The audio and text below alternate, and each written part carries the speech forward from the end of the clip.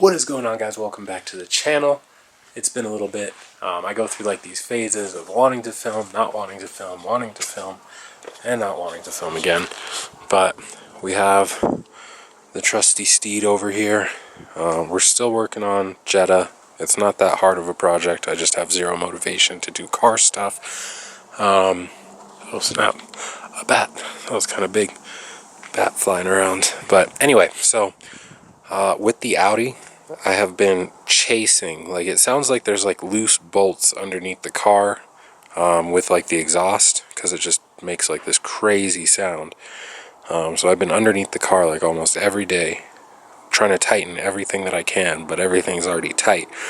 And then today, because it sounds like it's coming from somewhere in like the middle of the car where like the mid pipes connect to like the rear of the exhaust. I thought it was there. I thought it was at the flanges where the test pipes connect. So I'm just always up there, never come to the back. But today came to the back and decided to take a look. And if you guys can see right there are some two hefty welds that I laid down, because the pipes were, it was like ripping the back of that muffler can right off. Like they were 1/4 inch gaps, huge gaps. And yeah, so went ahead, welded that up. When I would hit the tip of the exhaust, you could hear it like resonate. It was just, it sounded really loose and raspy. And now, as you can see, it does not. So I think that was our problem. So I'm glad I fixed that and got that all good. I'm actually excited to fire up the car. I haven't started it yet since. But yeah, so that's been going on. The coolant pump still works for anyone that is wondering. Here, watch, we can get it to activate just by opening the door. So that puts it in like a prime mode. So you can still hear it just as loud. And then we can flip the switch up here. And that'll put it in 100% mode. So you guys can hear. That is it working at 100%. There's normal. There's 100% again. So yeah, super awesome. I haven't driven with it in 100% mode. I'm kind of afraid I don't want to burn it out or anything like that, but it works, and it's still doing just awesome. The car loves it.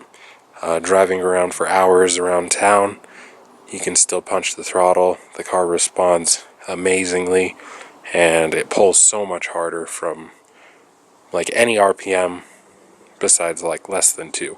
But yeah, it rips. So super excited, super stoked that I put that on the car. Definitely worth it. I'm sure the CWA 100 or 150 would be just as good. So any coolant pump upgrade, definitely worth it in my opinion, especially if your coolant pump doesn't work. But yeah, so quick little update for you guys. We'll go drive here in a little bit. I gotta unload my dirt bike. Been riding dirt bikes quite a bit. So gotta unload this thing, gotta clean it up. Freaking dirty. Hence the name. But yeah, unload this. We'll head out, take this thing for a rip, and yeah. Alright guys, so straight up, the car sounds basically the same. However, it doesn't have that rasp that had built up. So it definitely happened while the car was in my possession. I didn't notice it right away. It's just driving downtown.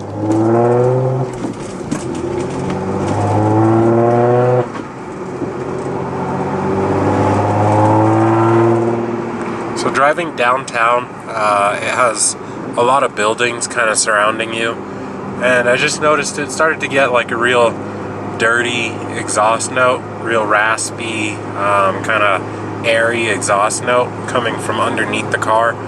And I was like, maybe there's just one of the bolts came loose and there's like a flange flapping around. But that wasn't the case. We found that the exhaust is straight up just like separating and broken at a muffler. So glad I found it. Just the weirdest freaking thing, but we found it. The car sounds good again.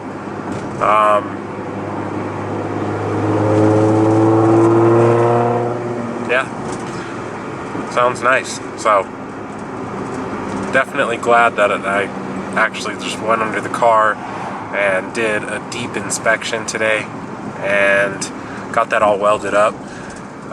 The other day I actually raced a Kia Stinger, and I definitely think I would have had him. We're kind of in the middle of traffic.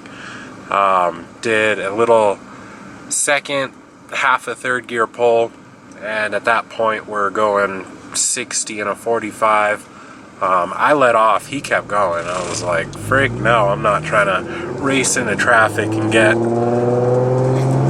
my car freaking impounded or something stupid like that. But he definitely raced a bunch, so he pulled off. I think he thinks he got me, and the thing was worked on, so it definitely had like a JB4 and maybe like the upgraded tune or whatever. I think that's like the stage 2 option for that thing, is to get the JB4 and upgraded turbos or whatever the frig, or maybe it was like just downpipes or something. But I think they make up to like 450 with that kit, so it was definitely pretty close. I think I had him on the hit. I definitely had him, but yeah, I'm chicken when it comes to racing, guys. I'm chicken. And then I also did run an RS3 just for fun. I know those things are nuts. And he had a tune, and I think he had upgraded turbos too. We're sitting at a stoplight, and all of a sudden he's and he launched and had me buy a car immediately. Granted, the Jackal tune doesn't have like a dedicated like 2-step launch control, so you kind of have to just bring up the RPMs and launch it. And I'm really hesitant on doing that because I don't have an upgraded clutch in this car yet. So I'm like, I shouldn't do this. I shouldn't launch the car, especially this hard, to keep up with this car. But yeah, he launched, was out by a car, and I kept it at a car, but dude, he was freaking gone. And then once he got to third gear, was out 2 buses on me, which was, it's cool to see those things move, but damn. I knew better, but that car was sick. He pulled up to the light next to me. I was like, that's a sick car, dude. He's like, I know. None of this thanks crap. He's like, I know it is. I spent fucking $80,000 on it. It better be sick.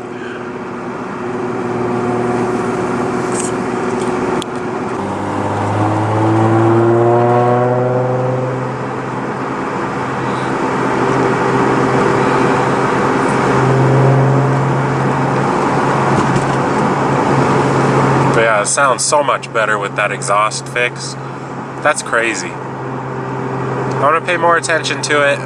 Supposedly when you have like a crack in the exhaust, you're supposed to drill out the end of the crack so it doesn't spread more. Instead, I turned up the welder and burnt a hole. Not on purpose, on accident. I was freaking just ripping that stainless steel. Was actually like really thin on that can, so I accidentally burnt holes. So then I turned down the power, welded it really cold just to get some material to kind of fill in the gap, and then I turned it up really hot and welded over it so I could get some penetration and kind of push that material in. So hopefully it holds up pretty well. I'll keep an eye on it and make sure that it doesn't crack again. But yeah, it definitely, it helped out so much for the sound of this car. So much.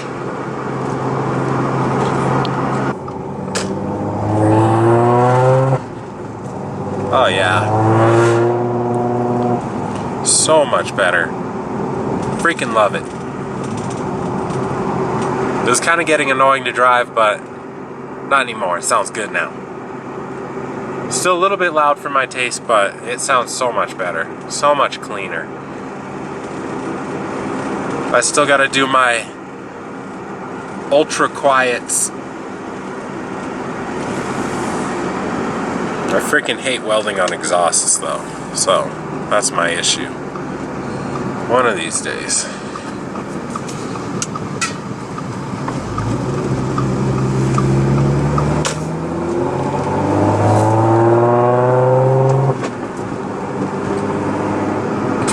And I really need to fix, so this shifter, I was underneath the car again today, as you guys know, and I was looking at the bottom of the shifter and where the slop is coming from, and it looks like the pivot ball inside like the cabin here, that is a huge part of where it is starting to, it's just wiggling in there. Everything else looks like it's pretty tight. It's just that piece is not tight at all, so I'm gonna have to figure out how I want to shim it or do something with it, whatever, and get that slop out of there. But I've got, like, I'm in gear and the ball can shift like an inch back and forth. It doesn't feel good, and it kind of makes it so my shifts aren't as clean, and kind of grinding, not really grinding gears, but getting into gears. Definitely catch the synchros just a little bit, which isn't that good for the transmission, so we'll get that figured out as well.